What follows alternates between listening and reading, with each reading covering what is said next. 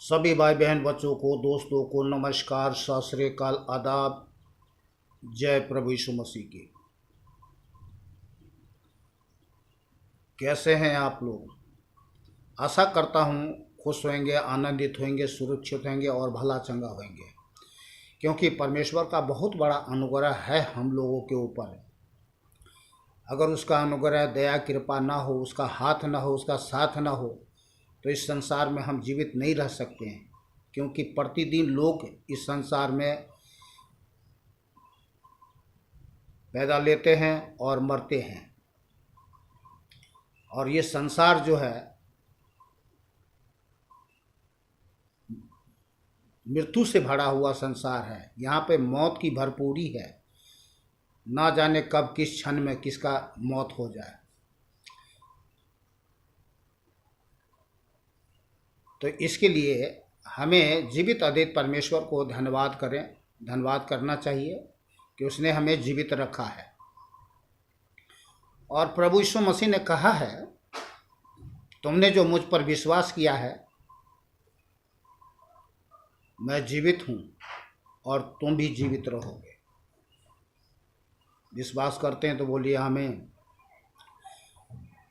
तो परमेश्वर ने हमें जीवन की आत्मा दिया है, इसलिए मृत्यु की आत्मा हमारे जीवन में प्रभावित नहीं कर पाती है। परमेश्वर ने आज आपके लिए संसार के जितने भी जगत में पापी लोग हैं, धर्मी तो कोई है ही नहीं, और अपने आप को धर्मी कह करके लोग धोखा देते हैं। खुद को ही धोखा देते हैं, दूसरों को भी देते हैं। तो उन विषय पर हम नहीं हैं, पर हम आज जीवित अद्वैत परमेश्वर को धन्यवाद करते हैं कि परमेश्वर ने हमें जीवन दिया है, संभाले रखा है, बचाए रखा है, सुरक्षित रखा है, भला चंगा रखा है। और परमेश्वर ने आज बहुत बड़ा रहस्य प्रकट करने जा रहा है। इस बात को आपको बड़ी ध्यान से सुनने की ज़रूरत है। बहुत सारे लोगों को आज इस बात को सुन करके, समझ करके अपने जीवन में जागृत होने की ज़रूरत है। अगर इस बातों पे अगर ध्यान नहीं दिया गया तो बहुत बड़ा पतन हो जाएगा जीवन में। जो शैतान, जो अदृश्य है, मनुष्य के जीवन में किस दृष्टि से कार्य कर रहा है और मनुष्य के जीवन को प्रतिदिन मार करके नीचे नरक में ले जा रहा है। और लोग जो है उस दुष्ट आत्मा से छुटकारा पाने के लिए, हारी बीमारी परेशानी के श्राप से छुटकारा पाने के लिए अपना उपाय कर रहे हैं, लेकिन उससे कोई फायदा नहीं है। छुटकारा पाने के लिए एक ही स्थान है, वो है ईश्वर के शरण में आना, जीवित परमेश्वर के शरण में आना, उस पर विश्वास करना, उसके शरण में आना और उसे दया प्राप्त करना, और कुछ नहीं। तो आज का जो रहस्यमय बात है उसको मैं आपको बताने जा रहा हूँ, लेकिन उससे पहले एक छोटा सा प्रार्थना कर ले। आइए एक छोटा सा प्रार्थना कर ले और धन्यवाद करें पहले। धन्यवाद धन्यवाद धन्यवाद धन्यवाद। स्वर्गीय पिता, दयालु, अनुग्रहकारी, करुणामय परमेश्वर पिता, हम आपको कोटि कोटि धन्यवाद करता हूँ पिता परमेश्वर कि संसार में प्रभु अपने दया कृपा बनाए रखा है पिता। अपने बलवंत धर्म दाहिने हाथों में लेकर संभाले हुआ है, हाल जीवित रखा है, इसके लिए कोटि कोटि धन्यवाद प्रभु यीशु के नाम से। आज के रहस्यमय बातों बताने के लिए हम आपको कोटि कोटि धन्यवाद करता हूँ कि प्रभु हालेलुया, आज बहुत ना जाने कितने करोड़ों और वो खरबों लोगों पर और समस्त पृथ्वी के हालेलुया पापी प्राणियों पर हालेलुया अपने रहस्यमय बातों को प्रकट करने जा रहे हैं। इसके लिए हम कोटि कोटि धन्यवाद प्रभु यीशु के नाम से। हालेलुया। जितने भी भाई बहन बच्चे लोग प्रभु इस वीडियो को देखते हैं, सुनते हैं, प्रभु उनके जीवन प्रभु हालेलुया आज बदल जाएगी, खुल जाएगी। वे जान लेंगे कि उनके जीवन में शैतान किस रीति से धोखा दे करके उनके जीवन को, परिवार को नाश करते चले आ रहा है और नाश करने की षड्यंत्र रच रहा है और कर रहा है। तो पिता परमेश्वर, आपकी दया अनुग्रह कृपा हुई है कि प्रभु लोगों को बचाए, लोग आप जीते देत परमेश्वर पर विश्वास करें, आपके चरणों में आए और विश्वास करके जीवन पाएं और नाश न हो। इसके लिए कोटि कोटि धन्यवाद प्रभु यीशु के नाम से। हालेलुया। प्रार्थना सुन लिया, धन्यवाद, कोटि कोटि धन्यवाद प्रभु मसीह यीशु के नाम से, आमीन। हालेलुया। आपके लहू में रखते हैं अपने आप को। प्रत्येक वीडियो देखने वाले भाई बहन बच्चों को आपके लहू में जीवन है, कुदरत है, सामर्थ्य है, सुरक्षा है, चंगाई है, मेल मिलाप है, पाप क्षमा है, विजय है। बोलिए आमीन, बोलिए आमीन। चलिए हम शुरू करते हैं जल्दी से। आपको मैं बताऊंगा आज दुष्ट आत्मा और उनकी शक्ति। दुष्ट आत्मा और उसकी शक्ति। दुष्ट आत्मा के बंधन का लक्षण क्या है जो मनुष्य के जीवन में होता है? दुष्ट आत्मा का लक्षण क्या है जो मनुष्य के जीवन में होता है और उससे मनुष्य जो है प्रभावित होकर के किस तरीके से अपने जीवन में घायल होकर के जीवन व्यतीत कर रहा है। और कभी तंत्र मंत्र करने वाले ओझाओं के पास, तंत्र मंत्र करने वाले पाखंडियों के पास, किसी डाकू डॉक्टर के पास या किसी पाखंडी गुरुजी, बाबा जी, स्वामी जी के पास जाते हैं और अपना पैसा बर्बाद करते हैं और जीवन को नाश करते हैं। तो चलिए हम दुष्ट आत्मा से प्रभावित लोगों के जीवन में जो लक्षण होती है उसके बारे में आपको बताने जा रहा हूँ। ये मेन पॉइंट है। एक व्यक्ति जो दुष्ट आत्मा से ग्रसित है उसके जीवन में लक्षण नंबर 1, एक, उस व्यक्ति में खालीपन पाया जाता है। एक व्यक्ति जो दुष्ट आत्मा से ग्रसित है उसके जीवन में खालीपन पाया जाता है। एक व्यक्ति जो दुष्ट आत्मा की सामर्थ्य के अधीन है वह प्राय अपने आप को देखने पर स्वयं को खाली पाता है। नंबर 1। दूसरा, आत्मविस्मृति, मूर्छा की स्थिति। कभी कभी लोग मूर्छित हो जाते हैं, उनकी आंखें बंद हो जाती है और जब उनकी पलकों को खोलते हो आप तो उनकी आंखें की पुतली घूम जाती और केवल सफेद भाग दिखाई देता है। लक्षण 3, अधिक बल। जैसा कि बाइबल में लिखा है, गिरसेनियों के देश में दुष्ट आत्मा से ग्रसित व्यक्ति, मरकुस 5:3 से 4 आयत में लिखा है, यहाँ तक कि सबसे डरपोक और हानि रहित घर पर रहने वाली पत्नी के जीवन में यदि दुष्ट आत्मा की शक्ति आ जाए तो वह बैल के समान बलवान होकर हिंसापूर्ण कार्य कर सकती है। मैंने एक व्यक्ति के घर में गया था, एक विलेज में गया था, नाम नहीं बताऊंगा। उसके घर में एक दुबली पतली स्त्री थी और नए नए शादी विवाह करके आई, पर उस दुष्ट आत्मा से ग्रसित थी। पर जब उसके ऊपर में दुष्ट आत्मा प्रबल होता था, प्रभावित होता था, तो वो एकदम से मानो कि उसके पास में एक वीर सुरवीर की जैसे योद्धा होती है उस तरह से वो ताकत दिखाती थी। 5-6 आदमी को तो ऐसे झटक देती थी, जबकि दुबली पतली थी। 5-6 आदमी को ऐसे झटक देती थी मानो कोई एक क्या कह सकते हैं, एक सूखी लकड़ी की तरह।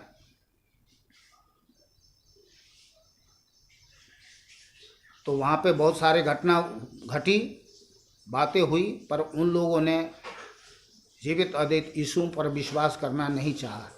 बोला हम तो कहीं जाएंगे बाबा जी के पास, पाखंडी गुरुजी बाबा जी के पास। मैंने कहा जाओ भैया। फिर हमने वहाँ पे किसी प्रकार का कोई जोर ज़बरदस्ती नहीं किया। हमें क्या मतलब है भैया, तुम्हें छुटकारा पाना है तो हम दुष्ट आत्मा निकालने वाले थोड़ी हैं। हम कोई झूठे पाखंडी तांत्रिक बाबा जी गुरुजी थोड़ी है। हम तो भैया प्रभु यीशु मसीह के बारे में बताया कि यदि तुम प्रभु यीशु मसीह पर विश्वास करो तो प्रभु यीशु मसीह छुटकारा देगा। लो जी, बात हो गई ख़त्म। चलिए हम आगे चलते हैं। चौथा नंबर 4, आंत्र संबंधी परेशानी।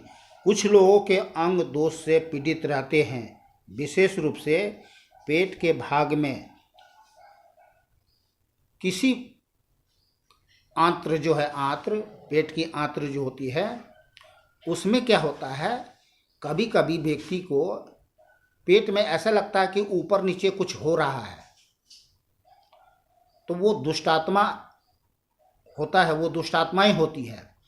क्योंकि मैंने जब शुरू शुरू में मैं 3-4 महीने हुए थे विश्वास किया, मैं अपने गांव में गया, और गांव में जैसे गांव में गया 2-3 दिन हुआ रहते हुए, इतने में एक लड़की को दुष्ट आत्मा पटक दिया। मैं गया, मेरे को भी एक वहीं पर 4-5 लोग बैठे थे, बोला कि भाई तुम तो प्रभु यीशु मसीह पर विश्वास करते हो, इस दुष्ट आत्मा को निकालो, तो मैं समझूंगा कि तुम प्रभु यीशु मसीह के चेले हो। मैं गया, मुझे तो जानकारी भी नहीं थी, पर एक वचन पर रखा था कि विश्वास करने वाले में चिन्ह होंगे कि मेरे नाम से दुष्ट आत्माओं को निकालेंगे, नए नए भाषा बोलेंगे, सांपों को उठा लेंगे, यदि प्राणनाशक वस्तु पी जाए तो कुछ हानि होगी, बीमार पे हाथ रखे बीमार चंगे हो जाएंगे। मैंने उसके ऊपर हाथ जैसे ही बढ़ाया, दुष्ट आत्मा चिल्लाना शुरू कर दिया। अब बोल रही है जा रही जा रही जा रही। जब उसके पेट पर मैंने हाथ रखा तो उसके पेट जो है, पेट में लगा मानो कुछ एकदम से एकदम हिलकोड़ा मार रहा हो, ऊपर नीचे होने जा रहा हो।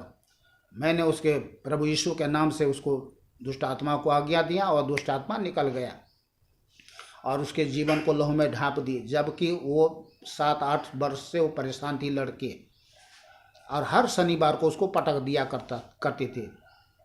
आज तक वो छुटकारा पाई हुई लड़की है। तो ये है लक्षण कि पेट में अगर आंत्र में अगर किसी को ऊपर नीचे कुछ कूदता है, ऊपर नीचे होता है, तो वो दुष्ट आत्मा से ग्रसित हो सकता है। और आजकल तो मैं आपको भ्रमित नहीं करूँगा, आजकल तो गैस भी ऐसे करता है, ऊपर नीचे इधर उधर ना जाने कहाँ कहाँ घुस घुस करके गैस लोगों को पीड़ित करता है। तो मैं नहीं कहूँगा कि वे सब के सब दुष्ट आत्माएँ का ही लक्षण है या दुष्ट आत्मा से बढ़ गए हैं, ऐसा नहीं है। पांचवा लक्षण विलक्षण प्रतिक्रिया। दुष्ट आत्मा की शक्ति के प्रभाव के कारण छोटे बच्चे आश्चर्यजनक प्रतिक्रिया करते हैं। जैसे बंदर कूदता है, उछलता है, कूदता है, उछलता है। मेजों पर कूदना, उछलना, ये दुष्टात्मा का एक लक्षण है और उस दुष्टात्मा से ग्रसित हो सकता है, क्योंकि ऐसे बच्चों में से दुष्टात्माएं निकली है। छठा लक्षण यौन इच्छा का बढ़ जाना। दुष्ट आत्मा से ग्रसित बहुत से लोग अनुभव करते हैं कि उनकी यौन इच्छा बढ़ गई है। ये मेरे सामने की बात है, मैं देख रहा हूँ। कोई व्यक्ति है जो मैं नाम नहीं लूँगा, उसकी यौन इच्छा इतनी बढ़ गई है कि उसको प्रतिदिन 2-3 वेश्याएं चाहिए। और शैतान की आत्मा 1000 की 1000 कम से कम 1000 आत्मा उसके जीवन में रहता और कार्य करता है। पर उसको प्रभु यीशु, देखिए कितना चालाक है शैतान, प्रभु यीशु के पास वो जाता नहीं है। कोई उसके लिए प्रार्थना आता है तो वो भाग जाता है। और दूसरी बात, वो विरोध नहीं करता, ये भी एक समझने वाली बात है। विरोध तो नहीं करता है, पर वो शैतान की आत्मा से ग्रसित है। और ये मुझे खुद बहुत अच्छी तरह जानकारी है, क्योंकि मैं उस व्यक्ति को जानता हूँ। 7वां लक्षण श्वास अवरोधन महसूस करना।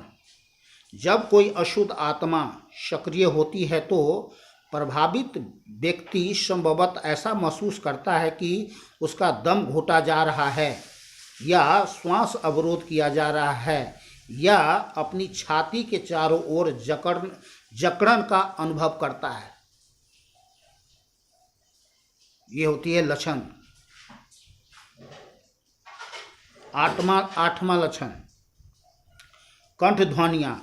दुष्ट आत्माएं खांस सकती है, छींक सकती है, हंस सकती है और चिल्ला सकती है और झूठ इत्यादि बोलती है। नौवां लक्षण सक्रिय निष्क्रिय प्रतिरोध। व्यक्ति के अंदर जो दुष्ट आत्मा है वह व्यक्ति को गिराकर ऐसा नाटक करती है जैसे वह मर गया हो। दूसरा, कसम भी खाती है, चिल्लाती है और हंसती है। क्यों हंसती है? जब कोई किसी दुष्टात्मा गरिष्ठ व्यक्ति के लिए जब हम जाते हैं या कोई भी पास्टर जाते हैं, प्रभु के दासियाँ जाती है, तो वो हंसता है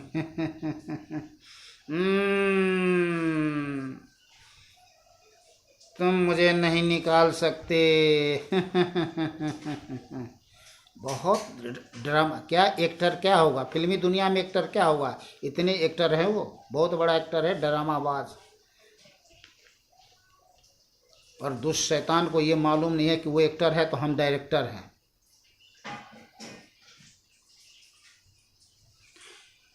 तो मैं आपको बता दूं यह शैतान का वह प्रयास होता है कि आपको निराश करे और उसकी सामर्थ्य के ऊपर मसीह में जो अधिकार हमको आपको मसीह भाई बहन बच्चों लोगों को बोल रहा हूँ दिया गया है, हमको आपको जो दिया गया है वो शंका उत्पन्न करे। तो शंका उत्पन्न करने की कोशिश किया जाता है। लूका 4:35, लूका 9:39 और मरकुस 9:38, 20:26। तो हमें उसकी किसी भी बातों पे ध्यान नहीं देना चाहिए, चाहे वो कितने एक्टिंग करे, ड्रामाबाजी कुछ भी करे, हमें ध्यान नहीं देना चाहिए। परमेश्वर ने हमें समझ दिया है, बुद्धि दिया है कि किस तरह से उसको निकालना है। जबकि हम खुद डायरेक्टर हैं तो हमें पता है कि भाई ये एक्टिंग किस प्रकार कर रहा है, कैसे, जो कुछ भी छोड़ो। तो हम और बातों में नहीं जाएंगे, जल्दी से आगे चलते हैं। लक्षण नंबर 2, हिंसक कार्य। संभवत वे तुमको काटने, नोचने या मारने का प्रयास भी करे तो बहुत तरीके से वो अटैक भी करता है। इस कारण से लोग उसके पास नहीं जाते हैं, डर के मारे।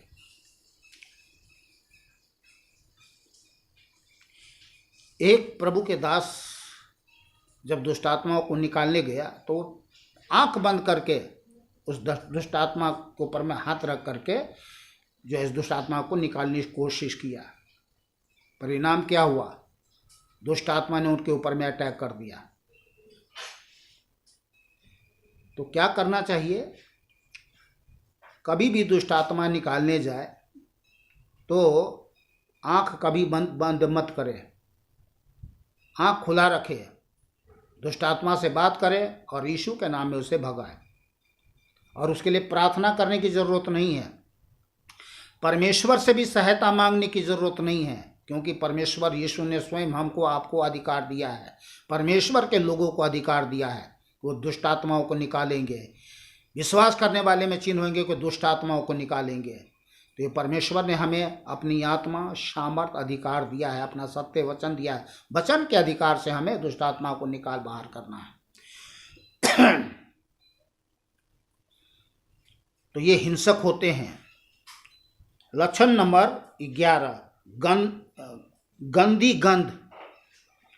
जो व्यक्ति दुष्ट आत्मा से ग्रसित है उसमें से कभी कभी गंधक के समान बुरी दुर्गंध आती है। 12वां लक्षण, निराशा। एक व्यक्ति जो दुष्ट आत्मा की शक्ति के अधीन है वह प्राय निराश होता है और उसके मन में आत्महत्या करने का विचार आता है। तो इसको हम बाइबल से देखते हैं कि राजा साउल यहोवा की ओर से एक दुष्ट आत्मा उसको सताने लगी, अतः साउल अपनी तलवार निकालकर उस पर गिर गया और मर गया। ये लिखा है 1 शमूएल 16:14 31 का 4 आयत में। 13वां लक्षण दोष। ये लोग साधारणतः दोष, अक्षमा, कटुता के विचारों से भरे रहते हैं। दूसरे पे दोष लगाते हैं, मन में कटुता रखते हैं, कटुता और बहुत सारी बातें हो सकती हैं। तो जिसके अंदर में कटुता होती है उसके बारे में मैं आपको बता दूं।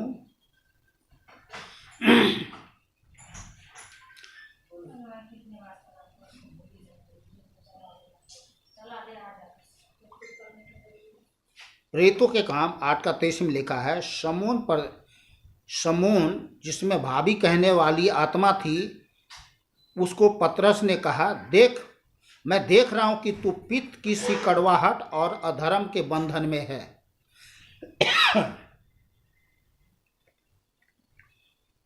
प्रेतों के काम 8 का 23 आयत में पढ़ लेना। 14वां लक्षण हिंसात्मक मनोदशा। उनमें कुछ को मनोदशा हिंसात्मक होती है और वे आसानी से उदास हो जाते हैं।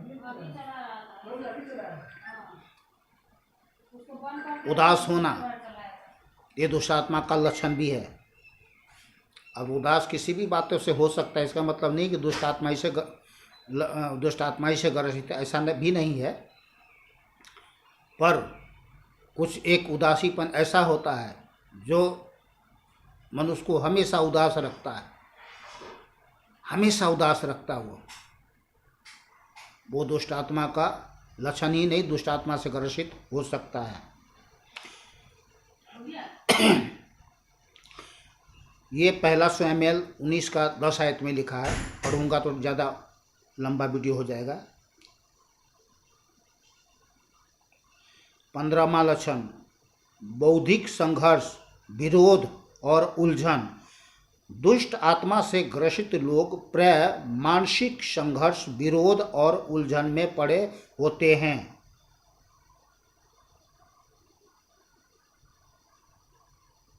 उन अविश्वासियों की बुद्धि को इस संसार के ईश्वर ने अंधा कर दिया है। यूनानी भाषा में पोरू अर्थात उनको मूर्ख बनाया गया है। 2 कुरिन्थियों 4 का 4 आयत में ये लिखा हुआ है। 16वां लक्षण परमेश्वर के वचन के प्रति विरोध। साधारणतः ऐसे व्यक्ति में परमेश्वर के वचन और प्रार्थना के प्रति विरोध पाया जाता है। तो ये बहुत सारे लक्षण है जो मैंने आपको बताया है। अब मैं इन सारे लक्षणों को, जो एक दिव्य प्रकाशन था, जो प्रकाशन नहीं कहना चाहिए, वो बिल्कुल हकीकत है, पर मैंने आपको समझाने के तरीके से मैंने आपको बताया है। अब इसको मैं पक्का प्रमाण बता रहा हूँ। ये देखिए, जितने बातें मैंने बताया है इसका पूरा पक्का प्रमाण भी दूंगा। मती, नया नियम मती 4 अध्याय 23 से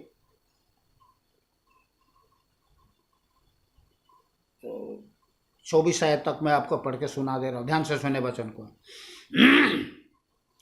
प्रभु यीशु सारे गलील में फिरता हुआ उनके आराधनालयों में उपदेश करता और राज्य के सुसमाचार प्रचार करता। राज्य कौन सा राज्य है? स्वर्ग के राज्य, स्वर्ग का राज का प्रचार करता और लोगों की हर प्रकार की बीमारी और दुर्बलता को दूर करता रहा। और सारे देश में जहाँ कहीं भी वो गए उसका यश फैल गया और लोग सब बीमारों को, जो नाना प्रकार की बीमारियां और दुखों में जकड़े हुए थे, दुखों में क्या थे? जकड़े हुए थे, और जिनमें दुष्ट आत्माएं थी और मिर्गी वाले, देखिए मिर्गी वाले और लकवे के रोगियों को उसके पास लाए और उसने उन्हें चंगा किया। तो कर रहे नहीं कर रहे हैं? आज देखिए बड़े बड़े सभाओं में हो रहे हैं। तो यीशु आजकल, प्रभु यीशु मसीह आज कल और युगानु एक सा है। जो काम पहले कर रहा था वो आज भी कर रहा है। दूसरा,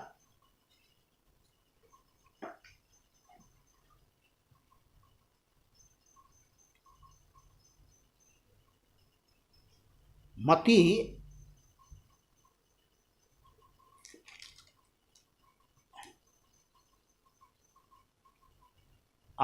9 अध्याय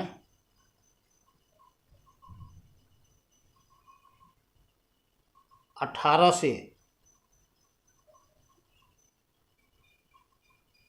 18 से मैं पढ़ रहा हूँ। वह उनसे ये बात कह ही रहा था कि देखो, एक सरदार ने आकर उसे प्रणाम किया और कहा, मेरी पुत्री अभी मरी है, परंतु चलकर अपना हाथ उस पर रख तो वह जीवित हो जाएगी। प्रभु यीशु उठकर अपने चेलों समेत उसके पीछे हो लिया। और देखो, एक स्त्री जिसको 12 वर्ष से लहू बहने का रोग था, पीछे से आकर उसके वस्त्र को, आंचल को छू लिया, क्योंकि वह अपने मन में कहती थी, यदि मैं उसके वस्त्र ही को छू लूंगी तो चंगी हो जाऊंगी।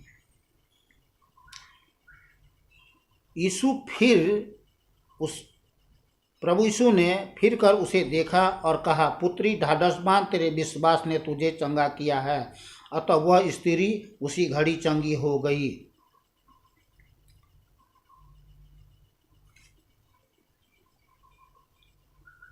और मैं आपको, और आगे भी है,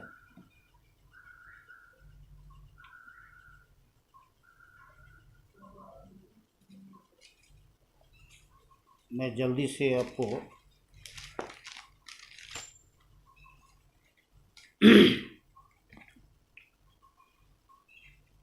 लूका 4 अध्याय 31 4 अध्याय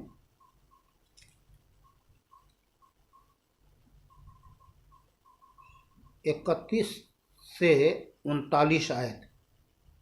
लूका 4 अध्याय 31 से 39 आयत। जल्दी से मैं पढ़ के आपको सुना देता हूँ। फिर वह गलील के कफरनहूम को गया।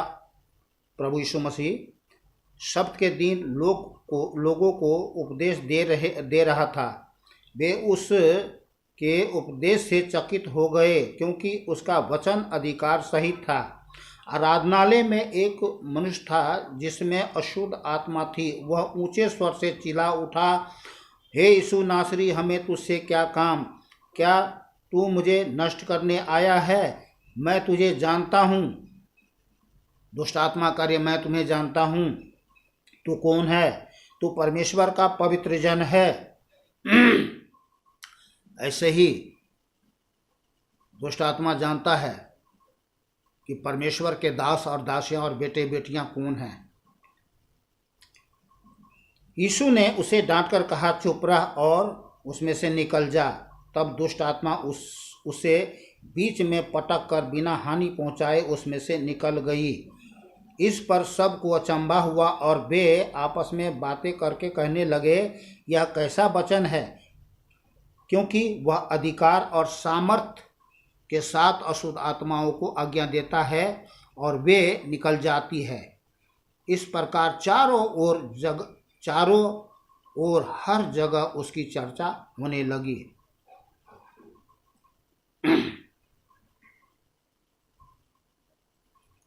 चलिए मैं इसको 37 तक पढ़ के खत्म, मैं आगे चलता हूँ।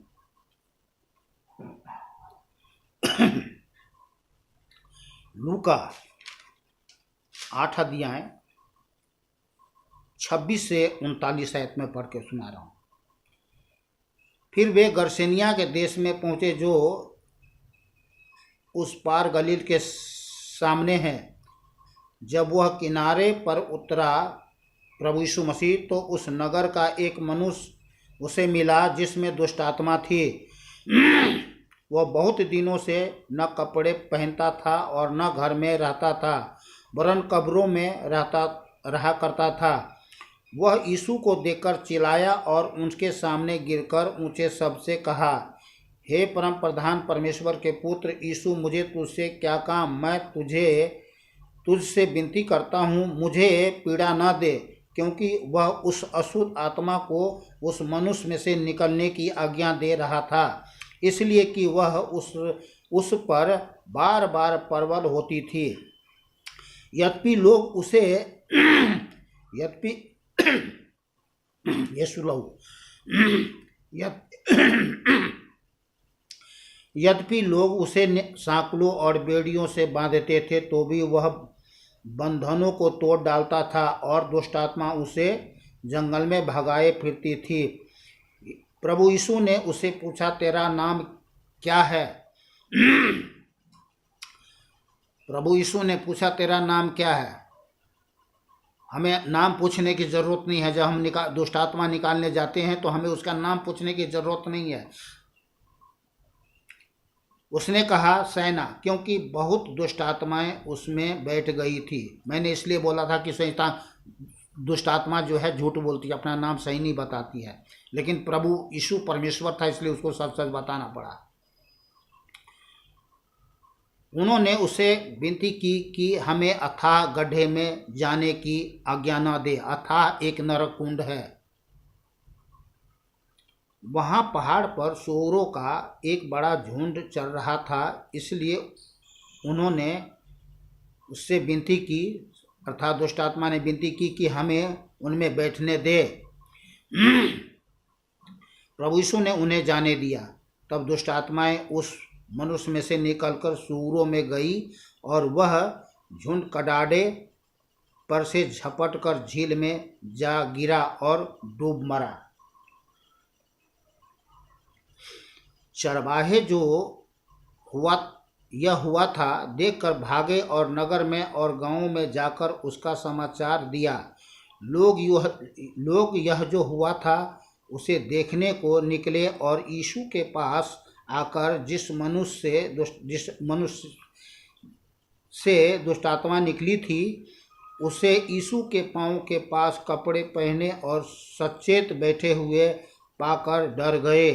और देखने वालों ने उनको बताया कि वह दुष्ट आत्मा का सताया हुआ मनुष्य किस प्रकार अच्छा हुआ। तब गरसेनियों के आसपास के सब लोगों ने यीशु से विनती की कि हमारे यहाँ से चला जा, क्योंकि उन पर बड़ा भय छा गया था।